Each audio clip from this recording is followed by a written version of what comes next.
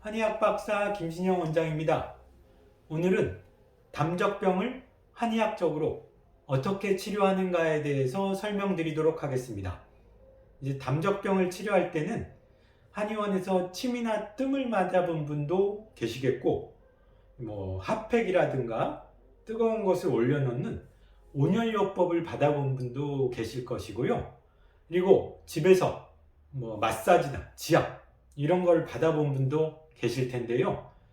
이런 요법들이 담적병에는 어느 정도 효과가 있지만 조금 심한 담적병에는 사실 이걸로 완치시키기는 어려운 면이 있습니다. 그래서 한의학적으로 담적병을 어떻게 치료하는가에 대해서 한번 설명드리도록 하겠습니다. 이제 담적병을 치료할 때는 앞서 말씀드린 대로 위장벽에 쌓인 담독소를 배출하는 이런 치료법을 써야 되는데요. 그렇지만 담독소만 배출한다고 해서 담적병이 없어지는 것은 아니고, 그 담적병을 갖고 있는 그 환자분들이 어떤 증상을 같이 가지고 있는가를 살펴봐서 치료해야 합니다. 이제 첫 번째로 들 수 있는 것이 이분이 자율신경에 이상이 있는가를 살펴봐야 됩니다. 담적병이 있는 분들은 자율신경에도 같이 이상이 있는 분들이 많습니다. 이제 위장벽에는 이런 자율신경, 부교감신경이라고 하죠.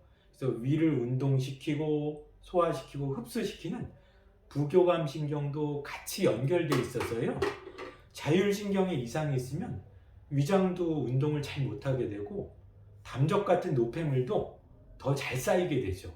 그래서 담적이 있으면은 불면증, 불안장애, 우울증, 그리고 열이 막 오르고 답답하다, 이런 분들도 실제로 많이 내원하고 있습니다.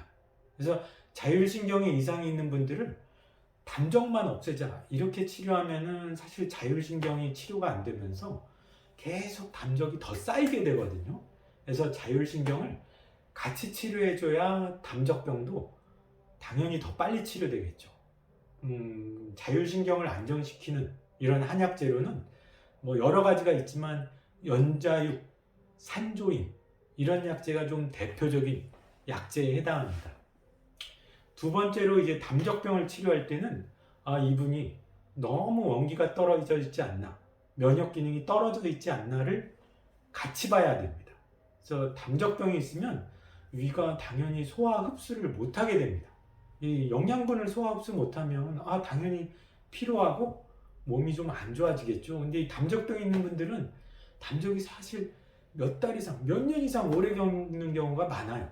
그래서 담적으로 인해서 소화장애가 너무 오래되면 피로감도 다른 사람보다 훨씬 심해지고, 그래서 오시는 분들이 막 기운이 없고 처지고 말도 힘이 없고 조금만 움직여도 극심한 피로감을 호소하는 경우가 많습니다. 근데 이런 때 담적만 없애자고 막 배출하고 없애고 이런 치료만 하면 그 환자분이 기운이 너무 떨어져 있기 때문에 사실 담적이 더 제거되지가 않습니다. 우리 몸에는 자연치유력이 있는데, 이런 자연치유력은 우리 몸의 기운, 원기가 있어야 회복되지, 기운이 빠져있는 상태에서는 자연치유력이 발휘될 수가 없습니다. 왜 암 환자들도 면역력이 떨어지면 자연살해세포라는 NK세포가 암세포를 제거하지 못해서 암세포가 막 증식을 하거든요. 마찬가지로 담적병 있는 분들도 면역력, 원기 이런 게 같이 배합이 돼야, 보조를 해줘야 담적도 더 빨리 치료될 수 있습니다. 세 번째로는 담적 자체가 심한 경우를 들 수 있습니다. 그래서 앞서 말씀드린 자율신경이나 원기에는 큰 이상이 없지만 담적 자체가 심해서 위장병 자체가 너무 심한 분들이 좀 있어요. 그런 분들을 보면 위가 운동을 너무 극심하게 못하기 때문에 명치가 너무 답답하고 아프고, 그리고 위가 운동을 못하면 가스도 너무 찹니다. 더부룩해요. 막 트림이 계속 나와요. 트림을 계속해도 시원하지가 않고, 그리고 가스가 자꾸 위산하고 같이 올라오면 가슴도 답답하고 역류성 식도염, 위산 역류라고 하죠. 가슴 흉부 자결감 같은 가슴 통증, 목의 이물감, 이런 증상들도 잘 생깁니다. 이럴 때는 담적 자체를 빠르게 없애고 배출시키면서 위장의 기운을 보강을 해줘야 빨리 나을 수 있겠죠. 이럴 때 쓰는 약들이 진피, 나복자, 백출, 이런 여러 가지 약초를 그 환자분들이 체질이나 몸 상태에 따라서 가감해서 치료하게 됩니다.